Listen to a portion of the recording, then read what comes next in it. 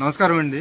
నేను మీ ముచ్చిక రంజిత్ కుమార్ ద్వారా నేను వీడియోలు ఆపేద్దామని చెప్పి తీయకూడదని చెప్పి అనుకొని ఇన్ని రోజులు వీడియోలు తీయలేదండి. కానీ ఈరోజు వీడియో చేయాలని చెప్పి అనిపించడం కాదండి. అసలు నాకు సమాజంలో నేను ఎప్పుడు తీసినా సొసైటీలో ఈ విధంగా ఉంది, సొసైటీ తీరు మార్పు రావాలి అని చెప్పి తీసి ఉంటాయండి. అలాగే ఈ మధ్యన మన రాజమండ్రిలో, ఈస్ట్ గోదావరి రాజమండ్రిలో పాలలో కూడా కల్తీ జరిగిందని చెప్పి ఒక 5గురు చనిపోయారని చెప్పి చాలా పెద్ద ఇష్యూ అయిందండి.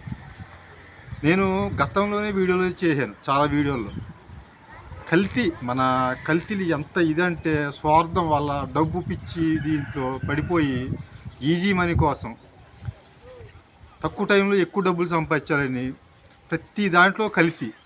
మనం తినే మంచి నూనె అదే కల్తీ, అలాగే తాగే టీ పొట్లాలు ఇవి కూడా కల్తీ. మన ఆహార పదార్థాలు ప్రతి దాంట్లో కల్తీలో ఉంటున్నాయి. మనం తినేదే కల్తీ. అంటే కల్తీ అంటే ఇప్పుడు మనం గతంలో తినేది ఆహార పదార్థాల్లో న్యాచురల్గా పండి, ఇప్పుడు ప్రతి దాంట్లో కెమికల్స్, అంటే యూరియా, అమ్మోనియా, సేంద్రియ ఎరువులు కాకుండా మామూలుగా మందు పంటలు తింటున్నామండి. యాక్చువల్గా అవే మనం తింటుంటే మన శరీరంలో శక్తి ఉండట్లా. అలాంటిది మనం ప్రతి దాంట్లో వాళ్ళ స్వలాభం కోసం, డబ్బు ఆస్తో, ఈజీ మనీ కోసం అడ్డదారుల్లో ప్రతి దాంట్లోనూ ఇలాగే కల్తీలు చేసేస్తున్నారు.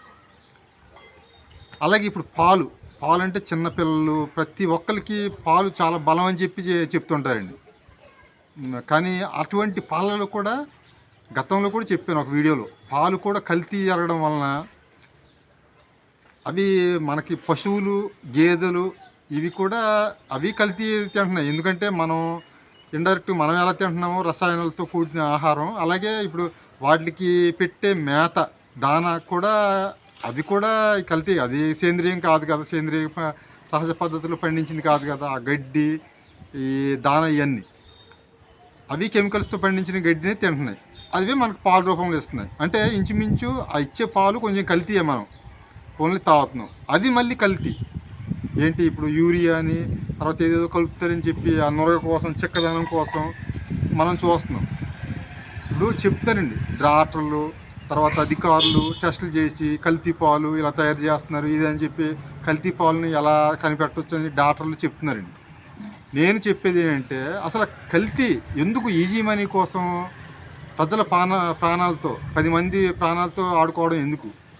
ఇప్పుడు పాలు మనం తాగుతాం కదా, నిత్యావసర వస్తువు, ప్రతి ఒక్కరు తీసుకునేది. పాలు చాలా బలం, కాల్షియం, ఎముకలకి కాల్షియం చాలా అవసరం అని చెప్పి చెప్తుంటారు. అటువంటి దాన్ని చిన్నపిల్లలు, బేబీ, స్కూల్ పిల్లలు తాగుతుంటారు. దాన్ని కూడా కల్తీ చేసి చాలా ఎంత ఇది చేసేస్తున్నారంటే సొసైటీలో ఎలా అసలు ఎటుపోతున్నాం మనం. డబ్బు సంపాదించడం కోసం ఎంత అడ్డదారులు తొక్కుతున్నారంటే నేను ఏ ఒక్కని అనట్లే, ఆలోచించండి ప్రతి ఒక్కళ్ళు. అసలు ఎందుకు ఇలాగ మనం ప్రతి దాన్ని కల్తీ చేసి ఉన్న దాంట్లో సంతృప్తి చెందక మనం ఇంకా అడ్డదారులు తొక్కడం వలన ఏమొస్తుంది? ఈ వీడియో ద్వారా నేను 10 మందికి చెప్పేది ఏంటంటే అసలు అడ్డదారులు వెళ్ళి ఇలాగా తక్కువ టైంలో ఎక్కువ డబ్బులు సంపాదించాలనే ఆలోచన రావడం చాలా దుర్మార్గమైన ఆలోచన అని చెప్పి, ఇకనైనా మారి ప్రతి ఒక్కళ్ళు ఆలోచించి, ఇప్పుడు ఆ పాలు తాగే దాంట్లో రేపొద్దున మనం కూడా ఉండొచ్చు కదా, ఆ విధంగా ఆలోచించి ఇక ముందు ఇటువంటివి జరగకుండా ప్రభుత్వాలు ఇవి చర్యలు తీసుకోవడం కాదండి, ముందు మనలో మార్పు రావాలి.